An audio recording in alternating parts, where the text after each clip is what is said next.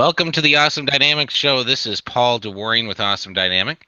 We have a great lineup of different roundtable topics to talk with you about today. But remember, every Thursday at 12:30 Central, you can join us here on this webinar and ask us any question that you might have about your Amazon presence, and we're here to answer those questions. You can use the little widget on the right to do so if you're watching this webinar. If you're watching the recording, obviously you have to come into one of our live webinars to do so. And with that being said, we're going to jump right into it. Phil, do you want to do intros and tell us what we're going to be talking about today? Absolutely, and I'd like to start by introducing the person who was just speaking, and that is Paul DeWarring, our fearless leader, owner, manager, president of Awesome Dynamic. We are also joined by the man on the mountain and the guru, that's what I like to call him anyway, for all things Amazon, and that is Tim DeWarring. And I am Phil Verston, and I do marketing for Awesome Dynamic. And Tim, did you want to say anything before we got started with the first topic?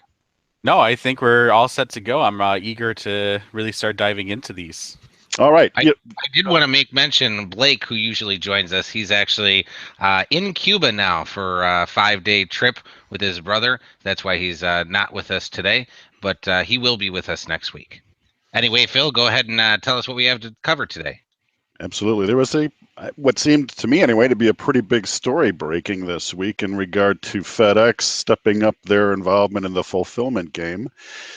When you've got somebody like FedEx, who's obviously got the logistics down, I mean, that's their business, and now somebody who's selling online can actually send their inventory to a FedEx warehouse and have them handle all of the warehousing, the fulfillment and the packaging, the transportation, even the reverse logistics. Hey, it's a nice option really for retail sellers as well. Interestingly, I think possibly for wholesalers who are interested in selling online. And why not go this way? I mean, can I actually, as an Amazon seller, can I have maybe Federal Express fulfill my orders while I'm selling on Amazon instead of Amazon? And at least I know that way. I mean, Federal Express isn't going to brand against me, right? And the other question then is, will other carriers like UPS be forced to follow suit unless they have, some type of a non-compete clause as concerns fulfillment with Amazon? So what's it all mean, guys?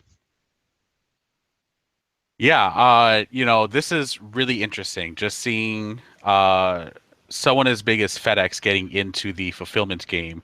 And I think really the big thing that I guess you could say that the big thing that really kind of jumped out to me is that, how is this really going to be a big benefit? I mean, the big thing is FedEx doesn't provide you with any kind of sales channel. So this would kind of be assuming that you already have a sales channel that you're selling your product through.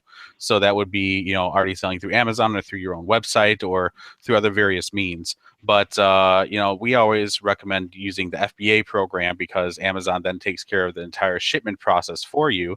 But the one place that I could see this really being advantageous for a lot of sellers is if you self-fulfill, or let's say if you have multiple channels that you have that you want to have someone else fulfill products for you. There's lots of third-party fulfillment services that exist out there, third-party logistics, and I think that FedEx entering into this game is very interesting. Unlike Amazon's multi-channel fulfillment offer, the big thing and advantage that FedEx has is that they will actually brand your packaging for you. Whereas if you use Amazon to fulfill all those multi-channel fulfillment orders, is they will actually still keep all the products and ship it in Amazon branded packaging. That's the one item I was going to bring up, Tim. The idea that the multi-channel fulfillment used to allow you to have blank packaging, so you could actually dispatch orders from your Amazon FBA inventory. And that was a way that you could dispatch inventory if you got orders from your website or from eBay or somewhere else, and Amazon's fulfillment network would take care of sending that package to that individual so you didn't have to do any of that yourself from your facility. They recently changed that, as you know, Tim, where those boxes now have Amazon branding, the Echo tape on it, and all that kind of thing. The other thing I was curious, so this gives you an alternative there. Of course, it won't be fulfilled by Amazon, but another alternative to think about. This also gives us, like Tim said, there's other third-party fulfillment places that are out there, but obviously FedEx has been around the block a few times, and it's a household name. Everybody knows it, and they might be better at this and more reliable than some of those other third-party fulfillment services, especially if you're dealing with stringent guidelines with Amazon. So if you wanted to attempt to do, let's say, the seller fulfilled Prime program, this might be a good option where they're going to, get the product out right away, and that could be a better option for you. So with the seller fulfilled prime, you also might be exploring that if you're doing, let's say, a perishable product or something with an expiration or something that's heat sensitive. That's where seller fulfilled prime could be something you could pursue. We have a whole nother webinar explaining what that is, but essentially you're in a situation where you might need to fulfill it and not be subject to Amazon's guidelines and their the heat extremes that their warehouse has, or you have a perishable product that just doesn't work within their system. It's possible that FedEx might have some additional options for you that Amazon doesn't, and you could possibly leverage that instead.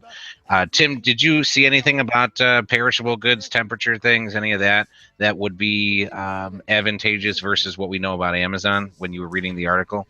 No, I didn't see anything about them being able to actually fulfill perishable goods, but I wouldn't be surprised at all. I mean, a lot of people who decide to ship perishable goods, or let's say, medical, anything that's sensitive to temperature and rapid delivery, seems like FedEx is usually the go-to company in terms of trying to fulfill that. So I wouldn't be surprised at all if FedEx did start to get into that game.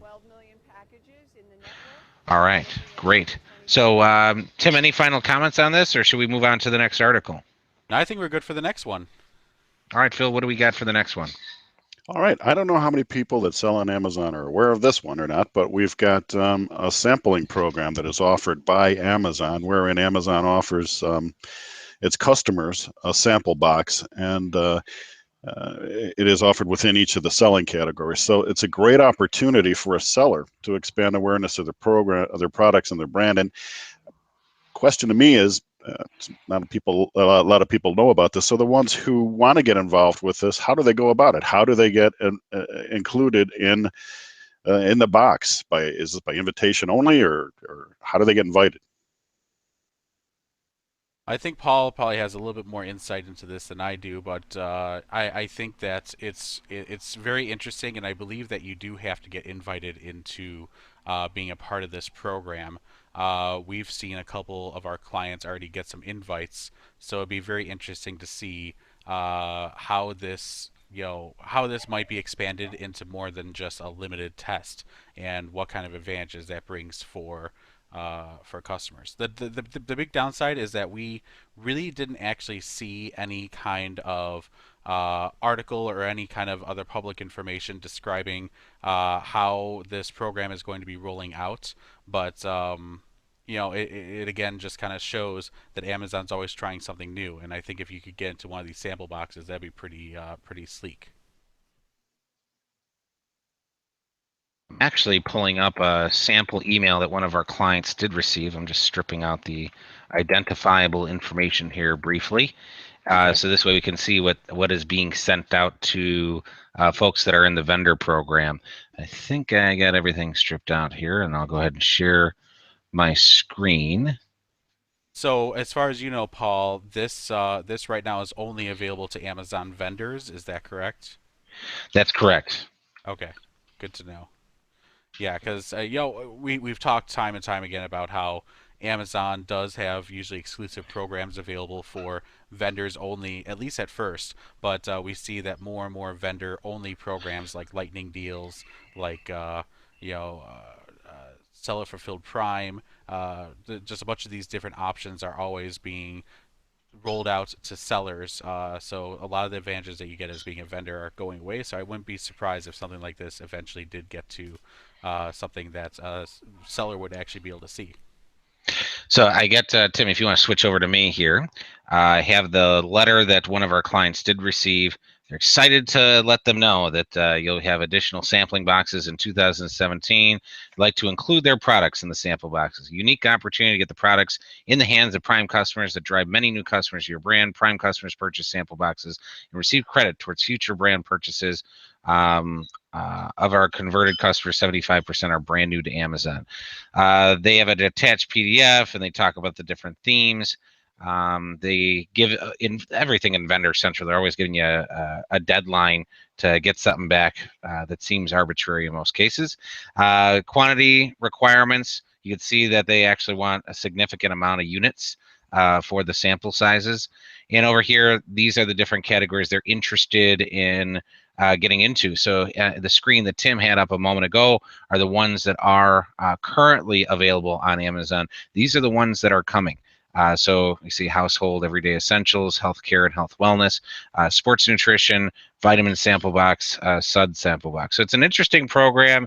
They, of course, try and frame it as, we're going to get the samples out to folks, kind of like the my wife had it. Birchbox, I know. Birchbox, that's what it Yeah, is. Yeah, and then they have one for pets. I forgot what that one was called. I used to do bespoke posts, which is for men. There's a bunch of Right. different subscription boxes out Mhm. there that are available. So um, this looks like, well, this is just a sample box. This is like getting just the first one, but I Mhm. wonder if this might open up the options for them to start doing some kind of subscription box, like what these other specialty Right. websites do. Right. So this is something that and not only do you have to send them the units, they also charge you 50 cents a sample on top of it. So they always got a little angle there, but this is currently being sent to the vendor partners, Amazon Vendor Central, which is a program that a lot of folks get really frustrated with, and um, yeah, so this is only available to them. But what we have been seeing over the last year or so is a lot of the programs that were reserved exclusively for vendors have been opened up to the folks on the seller side. So this is something that we're going to keep an eye on, and something that maybe Seller Central folks on Amazon might be able to hop onto at some time in the near future. And with that, any other comments, Tim? Or are we at the time for our commercial? I think we're at the time for our commercial, Paul. All right, you want to pull up our website real quick? I do Uh, have it up. All right, well, here we go. Awesome Dynamic, which you can find at awesomedynamic.com, is available for you to help you with any sort of Amazon consulting, Amazon full service management. We also do search engine optimization to help your website get found on Google and create responsive web designs. You can call us at 800-238-1811. Our very, very good director of sales, Terry, will get back to you right away. That's one of the key aspects of working with Awesome Dynamic is we are very good and differentiate ourselves from a lot of other tech companies. We're great at getting back to you right away. So with that being said, if you enjoy this webinar, you can leave us a review at the bottom of our website. There is a review us button. If you click on that, hit thumbs up. Because you found this webinar to be very valuable, please tell us so on Facebook or Google. And with that, Phil, what is our next topic? The next topic is online marketplaces, and these are not nothing new. These are not anything new, but it's kind of interesting in that Facebook is making some headway in this regard a little bit lately. And so the question arises, just an examination of online marketplaces generally. Are they a threat or an opportunity for Amazon sellers? I mean, you've got Walmart, Sears, FNAC. You've got Buy.com. Newegg.com is supposedly the second largest one that's out there right now. An old familiar one that's always done very well is called Etsy.com. And the list goes on and on. Shopley is another one. But with now Facebook entering into the marketplace, and I can sell stuff that I have, whether I have several of them or a one-off. Is this an opportunity for Amazon sellers, or is it a threat? Yeah, I thought this was really, really interesting because there's there's competition Amazon hasn't really seen any true competitor to what they've been doing the last decade, pretty much. They have the logistics network of FBA. They have the millions and millions of products available for customers to be able to buy. They have the great platform, Seller Central, that allows sellers to be able to sell as a third-party merchant on the Amazon Marketplace, and they just have it really nailed, and it's really interesting. This is kind of, we've talked about Walmart getting into the game and trying to do some things that Amazon was able to do, like being able to offer the free 2-day shipping. And I think this is kind of the first time where I've really kind of seen someone who might actually be able to threaten or at least start to compete with Amazon at any kind of serious level. The biggest concern that I have, at least with Facebook getting into this, is Facebook is a very social platform, of course, and I think that I feel like their marketplace is going to be more of a marketplace that's going to compete with one-off sales, where you have users selling to other users, more of like a classified type of sales structure. So like Craigslist or eBay, or I think the problem is I really don't know if, depending on how Facebook builds this marketplace, if it's actually going to be built more for actual retail products like you see on Amazon, or if it's going to be more of the one-off specialty parts like Etsy or eBay. So it's going to be very interesting to see how this is going to pan out. Yeah, the other thing, I was taking a look at this article, and yeah, the Facebook one is very intriguing. The fact that they want to get into the marketplace game, and the one piece that they really highlight is they have to be careful how they get in. They have a huge amount of folks on their platform right now, which is great for building a marketplace because you have tons of traffic. But the one thing that it cautioned with starting with a marketplace model is that Amazon is definitely obsessed with customer service, and they have very high standards that they have for the sellers on the marketplace, and for a single infraction they can suspend your listing or your account, and that's something that really keeps the, what they said, customer obsessed model of Amazon working so great. And if they rush into this, or some of the other marketplaces out there that don't have such a high standard, that can really detract from customers wanting to come back again and again to buy from them. So it's such an important piece in why Amazon has done so well. So if Facebook takes a look at that and really executes correctly, they could be a contender. But I am aware of some of the other marketplaces that are out there. The one that wasn't mentioned in this article was buy.com, which is now Ratukin, I believe, which was bought by, I think it was a Chinese company. It used to be very popular when it was buy.com. But anyhow, a lot of these other marketplaces, if you're looking for other opportunities, other channels to sell through, it's just another set of rules that you'll have to abide by, pay attention to, learn the landscape. Amazon is a whole jungle, as we like to say it, right now. So if you're jumping into something else, you're going to have a whole nother jungle of information to try and learn and take care of. But the one thing that is an option, if you are all set up in Amazon FBA and you sell on other marketplaces, something that's a good tip for sellers is you can still use the Amazon framework to do that multi-channel fulfillment and actually ship your inventory from Amazon. They'll ship it to your customers for you. It just shows up with the Amazon tape. And if that's no big deal, then that'll work for you. But that's my final comments on this. Tim, unless you have anything else, we'll have Phil hop into the next article. Yeah, I just wanted to say really quick that I wouldn't be surprised at some point in the future if Facebook does this correctly. You might see another little tab at the top of our website about Facebook sales. Selling on Facebook. We always recommend going on Amazon, and the reason why we focus on Amazon so much is because of the customer base. There's so many people already shopping on Amazon. There's so many Prime customers that, like I said, this has the potential to be something big. But Amazon is. I think it's good to have competition because I think it'll just do nothing but improve some of the pain points that people have with Amazon. So it'll be exciting to see what happens. Great, thank you, Tim. Phil, what's up next? Well, this next one, even though it's not really a speed round or rapid fire type topic, we'll get into those next. But this one I thought maybe it was worth a little bit of conversation here. It was a blog that ran on a marketing tech consulting firm site, and the title of the article caught my eye. And basically, it says, "Don't let these common myths of selling on Amazon fool you." And in summary, real quick, the three myths are: number one, selling on Amazon is your business. It is your business. And number two, when Amazon offers you new programs, you must participate. And myth number three, the lowest price always wins the buy box. So, are these indeed myths, or what do you think? Yeah, I think Paul and I have a lot to probably say on this particular topic because I think we have these conversations with our clients on a pretty frequent basis. Talking to them about how they need to win the buy box.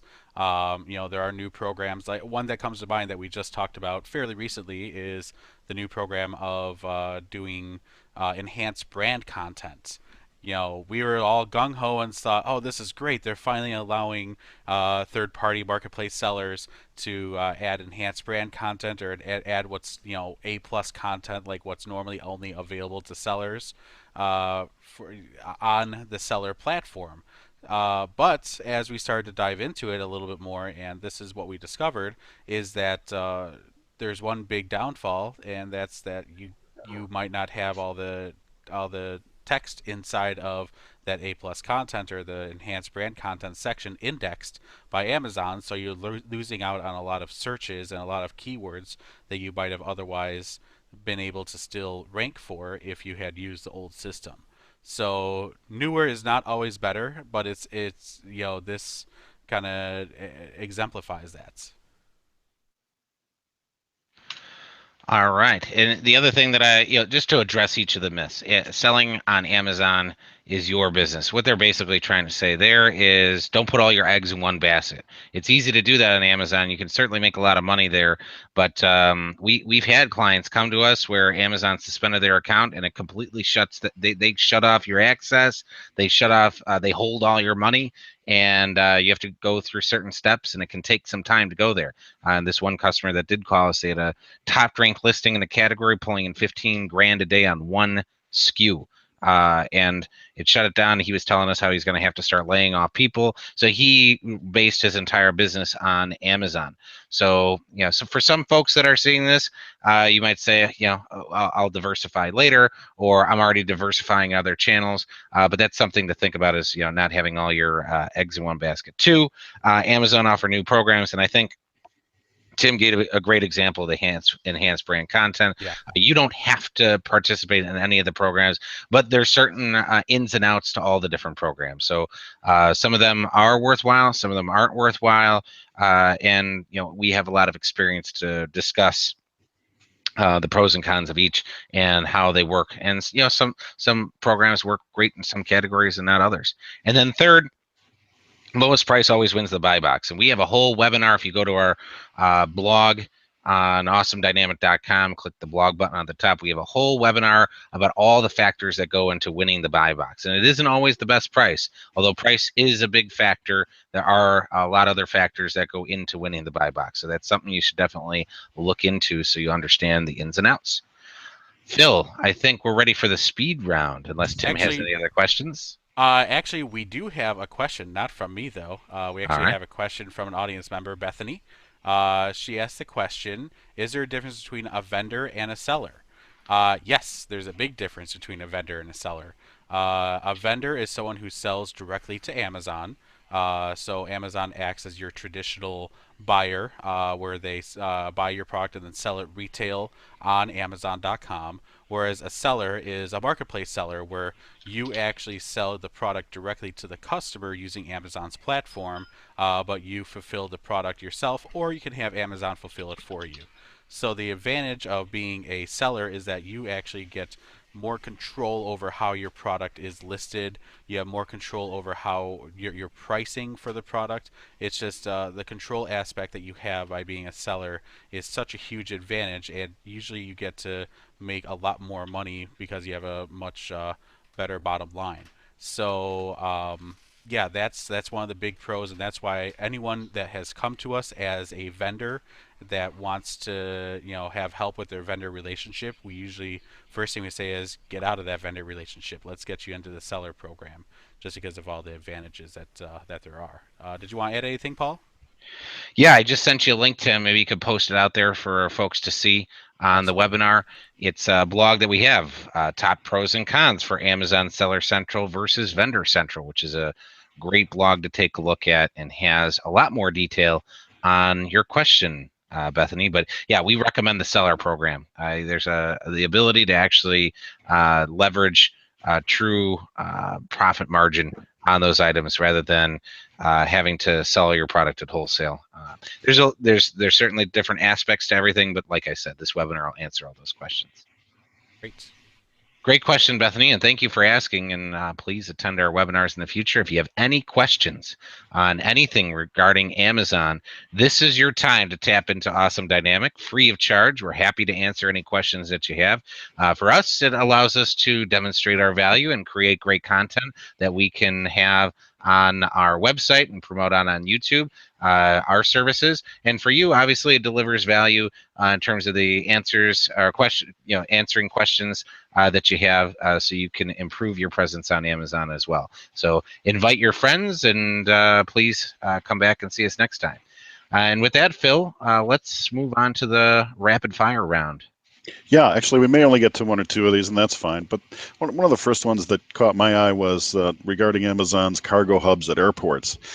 Now they're right there next to UPS and FedEx, at least in the Cincinnati airport. And Air Prime is primed to go. And Amazon sellers, your packages are shipping more and more by air. And but what does it mean when you open up a hub like this? That's a very expensive proposition coming at a time when their 2016 fourth quarter earnings were a little bit below what people expected. So is this too much too soon with this investment? I think the investment is Amazon just hedging their bets and really trying to take more control over the process of getting product fulfilled. They're always finding ways to cut costs and try to boost those things in house. So I think this is just another step in that direction. Yeah, I know they're right now it's 2-day free shipping. Some markets it's 1-day free shipping. There's some markets where one of my employees lives in Austin, Texas. Sometimes he'll get the stuff the same day. So by them controlling a lot of the logistics of everything that's happening, they're able to better continue to improve on their services. So I see this as being a step in that direction. What's the next one we have, Phil? Well, just some numbers. Amazon Prime was revealed recently that they now sell more than 50 million items, and that inventory then is up 73% over 2015. Their primary competitor these days is Walmart, and Walmart only has 2 million items, which is just a fraction of Prime's inventory. So how would you forecast things here? Is Walmart inventory wise going to catch up, and what are the differences between the two for sellers right now? With this particular one, I didn't even know that. So Amazon's 50 million products and Walmart has 2 million, and Yep. obviously huge difference there. I can't comment that I know this business development team that we recently discovered that Amazon has is approaching folks that are not on Amazon and encouraging them and helping them to get set up on Amazon to again offer everything and anything that they have. A lot of the products that they sell are going through standard traditional distribution channels and are available in a lot of retail outlets. But Amazon's mission is to really get anything and everything that exists out in the world on Amazon and available for sale, which only makes their offering more robust than anything else that's out there. So it's very interesting to see that they're pushing that initiative quite aggressively. Tim, any comments on that?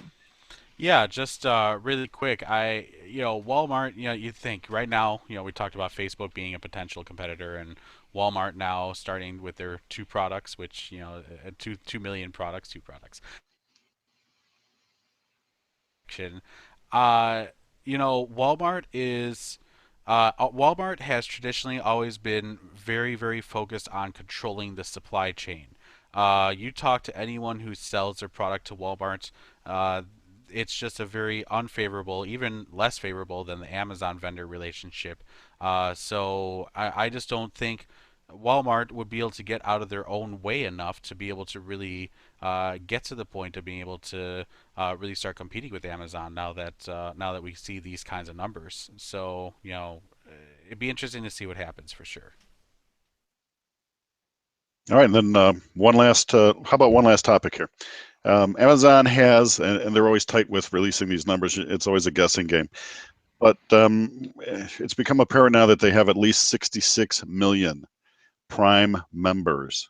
But the growth in that rate, the rate of growth may be slowing a bit. So uh, when you talk about a rate of growth slowing, your first thing that comes to mind is maybe they're reaching the saturation point.